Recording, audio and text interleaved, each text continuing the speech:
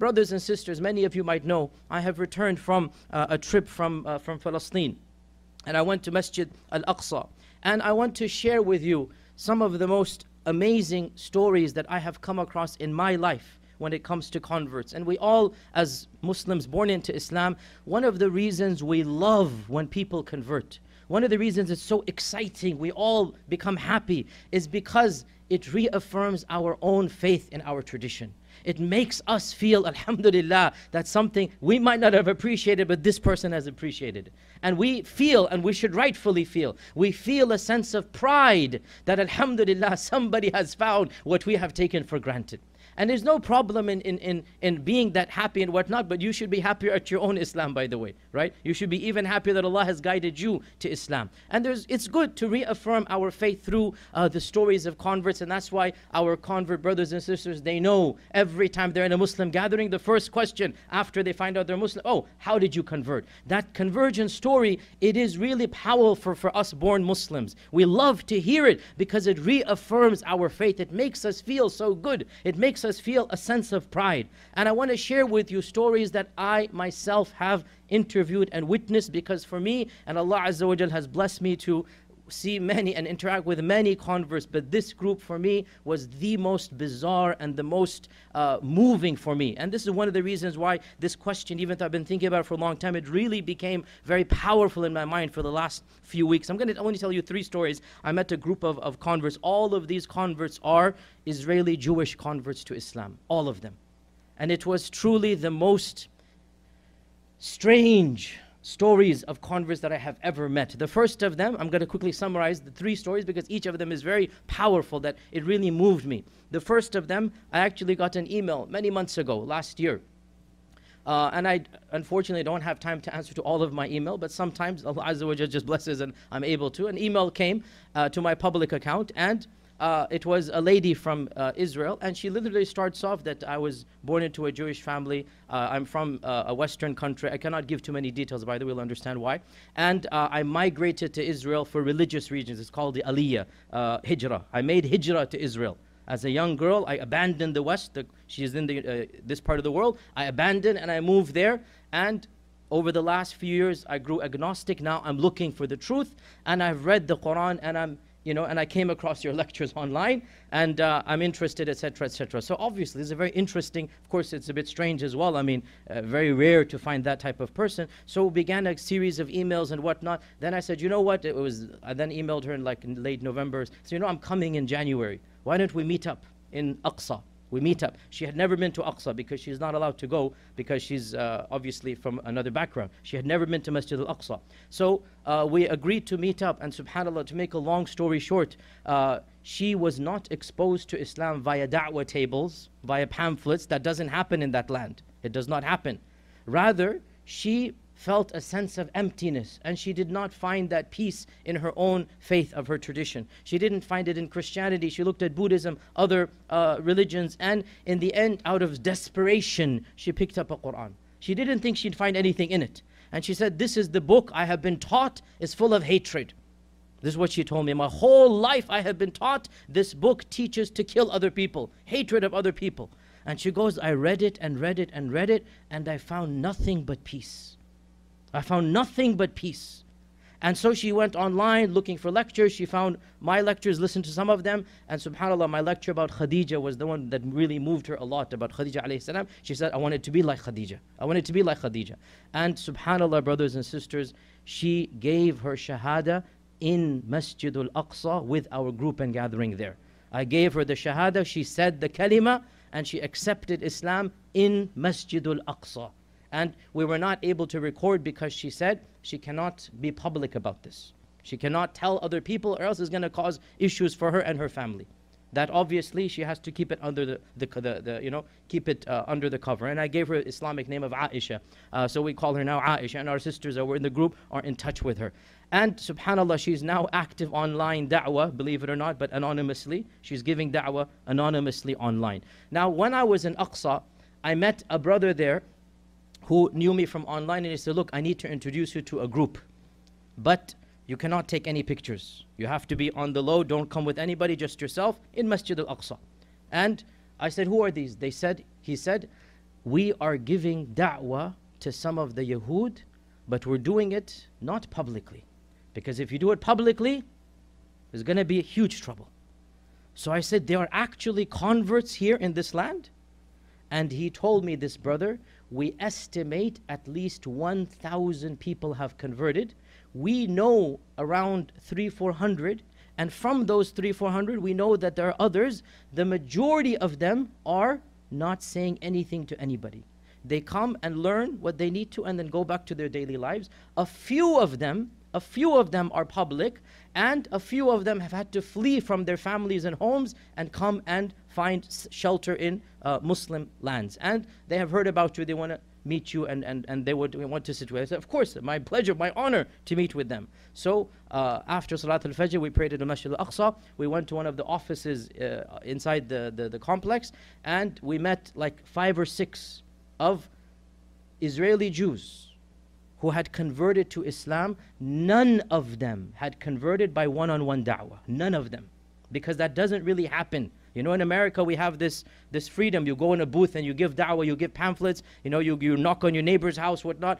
There, as you know, there's a lot of religious segregation. There's no public preaching per se, even though theoretically it's legal, but you know what's going to happen if they actually do this, right? So each one of them, they had been guided to Islam on their own.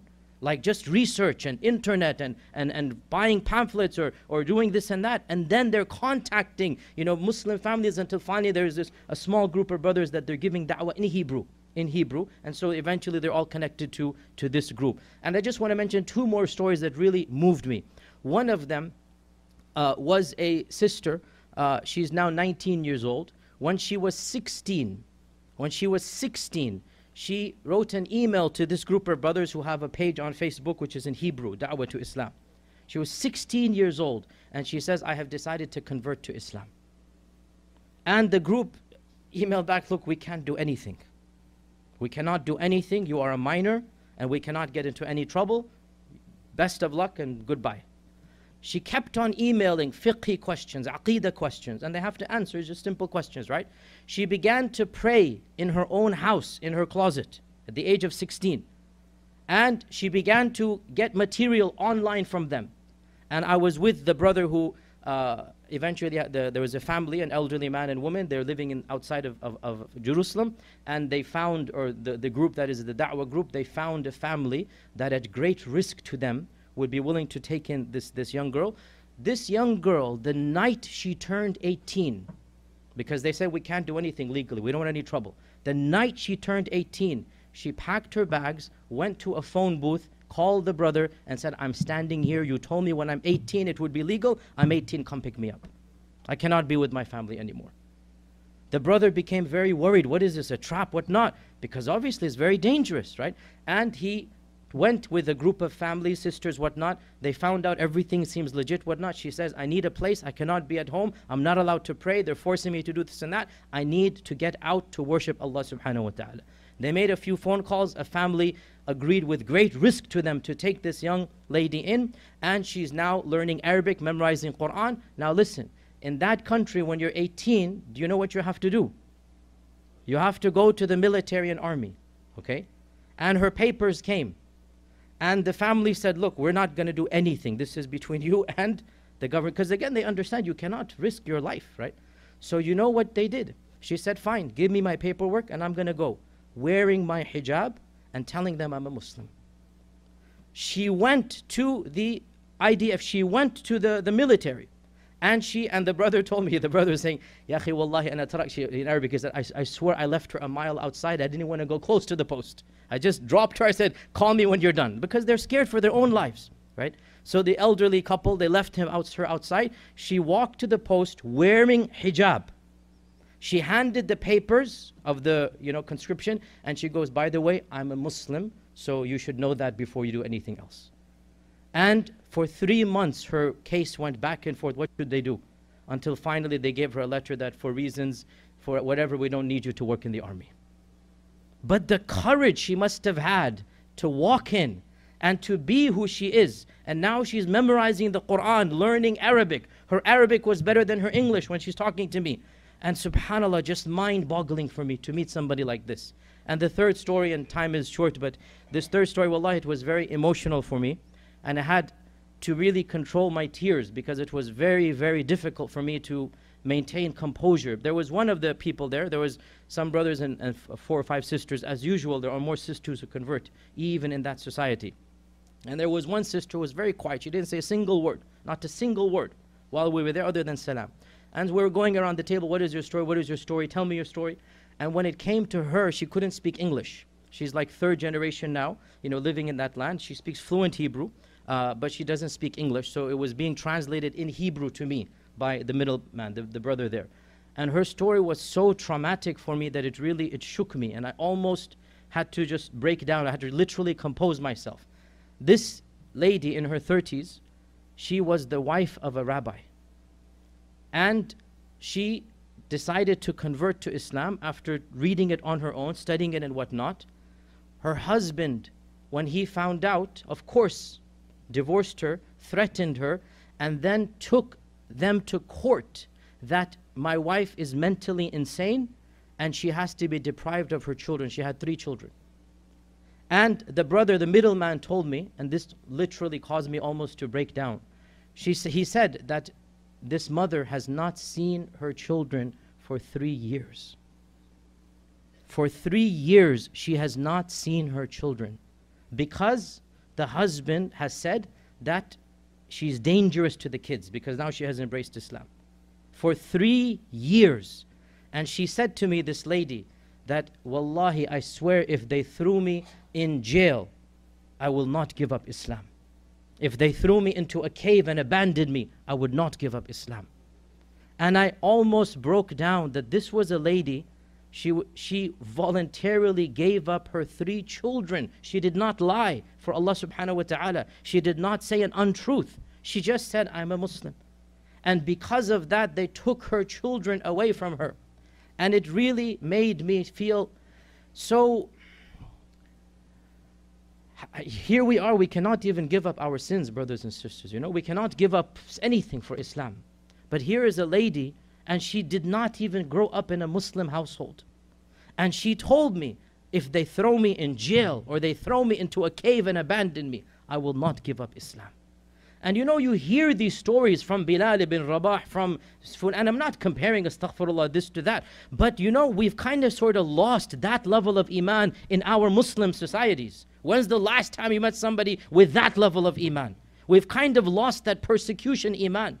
But to meet these people in the very land that we know is the land of Mahshar and the land of Ard al-Mubarak, to meet the people, and they said to me, their families don't just view them as converts, their families view them as traitors.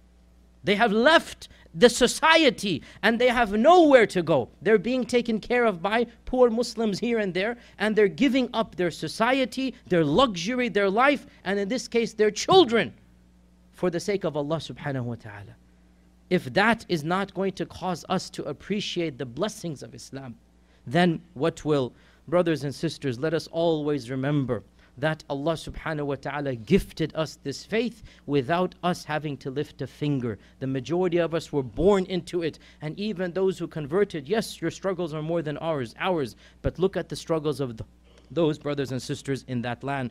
Remember, in the Quran we learned that when the people of Jannah enter Jannah, what will they say? What will they think of? They will say, as the Quran says, وَقَالُوا الْحَمْدُ لِلَّهِ الَّذِي هَدَانَا لِهَذَا وَمَا كُنَّا لِنَهْتَدِيَ لَوْلَا أَنْ هَدَانَ اللَّهِ. This is a Quranic dua from the people of Jannah. Even when they get to Jannah, what are they thanking Allah for?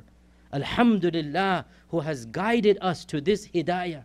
And we would never have been guided to this hidayah unless Allah subhanahu wa ta'ala had guided us to it. Alhamdulillah for the blessing of Islam. Alhamdulillah for the blessing of the Quran. Alhamdulillah for the blessing of being of the ummah of the Prophet sallallahu alayhi wa sallam.